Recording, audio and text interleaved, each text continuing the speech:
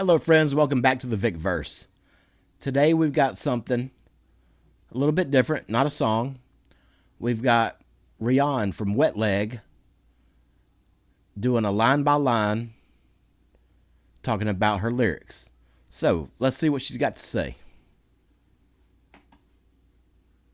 I'm just scared of what's gonna come up and what am I gonna have to speak about. Let's see. Hi Wonderland, I'm Rhian from Wet Leg, and I'm gonna be playing line by line. Okay, here we go. First one. From Wet Dream, you said, "Baby, do you want to come home with me? I've got Buffalo 66 on DVD."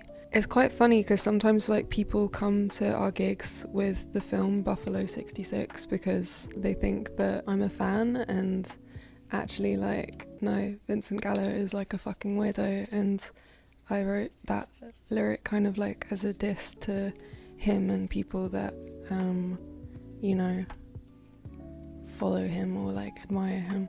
From Monge 2, good God, she took a break, made a mistake when she made Trevor. It's just about how, it's imagining that on the conveyor belt of humanity when God was making everyone, that she'd already put in a 4-hour little stint, and it was time for a 5-minute break, and that's when this Trevor guy was on the conveyor belt. And Okay, that makes more sense.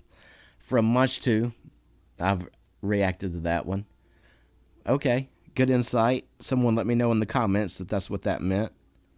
It's kind of the reason I wanted to watch this video, because I thought I might get some more insight. I haven't heard the first song she talked about. I have heard Munch 2. Let's see where we go from here. Break, and that's when this Trevor guy was on the conveyor belt, and wow, fuck you, Trevor. Without her watchful eye, he turns into a bit of a wrong'un. Catch these fists.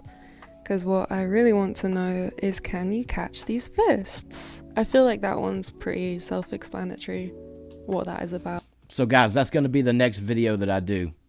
Right after I finish doing this is going to be Catch These Fists. So look out for that one.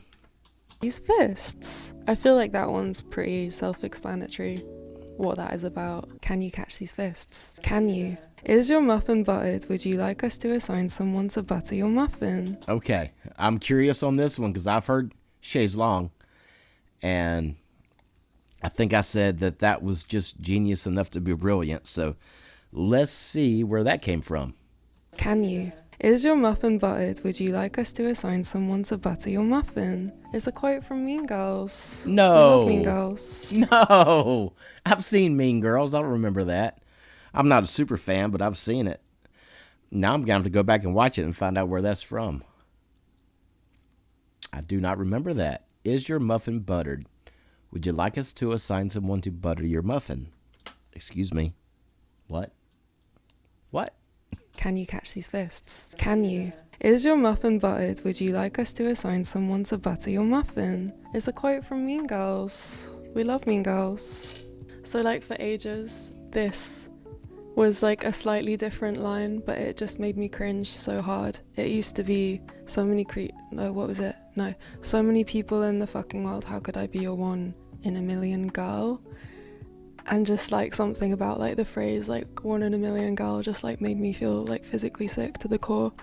And so I had this big poofy pink coat, and Ellis was oh, you look like a marshmallow worm. And I was great, let's put that in the song. Let's switch out great, I look like a marshmallow for marshmallow worm. And it was just so stupid, and it just made us all laugh. So, and isn't that the point?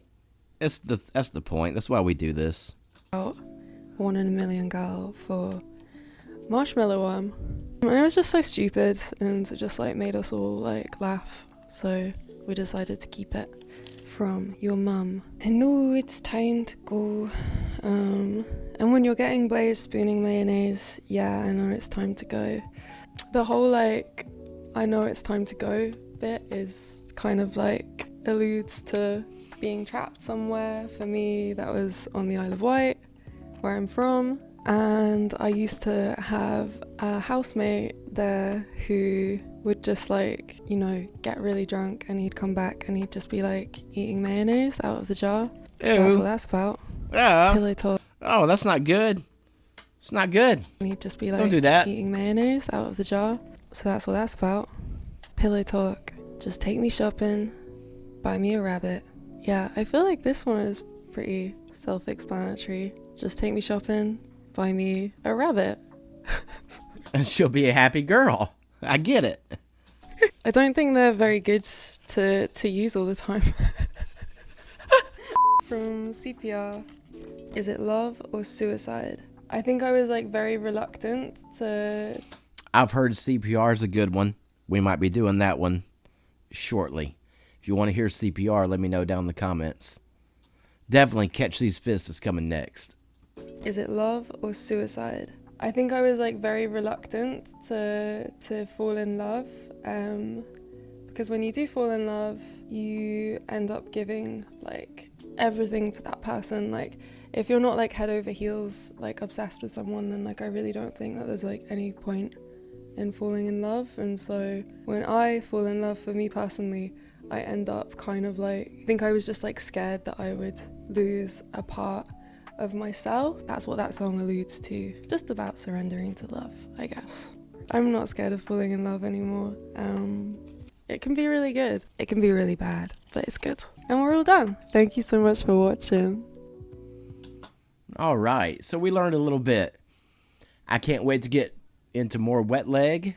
It's going to be a fun ride. If you're here for the ride, let me know down in the comments. Please hit that like, share, always subscribe. Don't cost you anything to click a button. It really does help me out a lot. Thanks for being in the VicVerse. We'll see you next time.